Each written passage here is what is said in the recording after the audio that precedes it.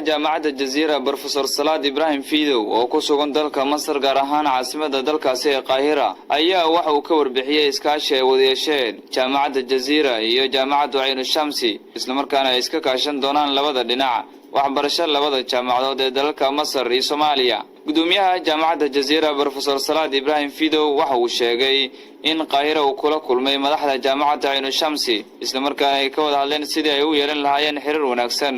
isagoo sheegay in labada jaamacadood ay iska kaashan doonaan waxbarashada dalalka Masar iyo Somalia. mar uu la hadlay idaacada kulmeyna waxa uu yiri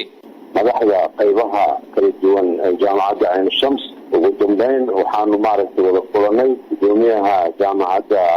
Shamsi Professor Dr. Maxamuud Al-Mutini runtii aad iyo aad ayuu noo soo dhaweeyey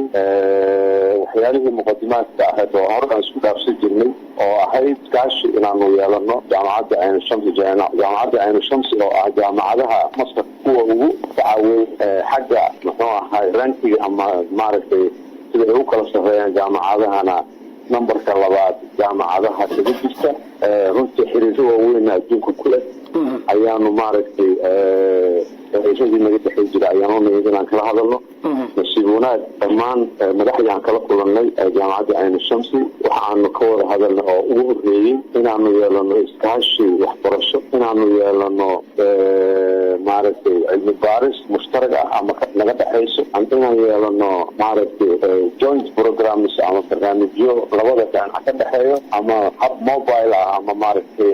ardayda training u timaado Jaamacada Shamsi ama ha ahaato isbitaalada waaweyn takhasuska ay Jaamacada Shamsi ay leedahay intaas ayaan u nimid runtii dhammaanna waxay noqdeen kuwo maaragtay successful ama lagu guulaystay oo aanu markii dambeysayna aanu ku sameynay heshiis istaabsiga Jaamacada Shamsi oo xiriirka la yeelatay Jaamacada Jasiira ayaa waxay ka mid tahay jaamacadaha ugu waaweyn ee ku yaala dalka Masar.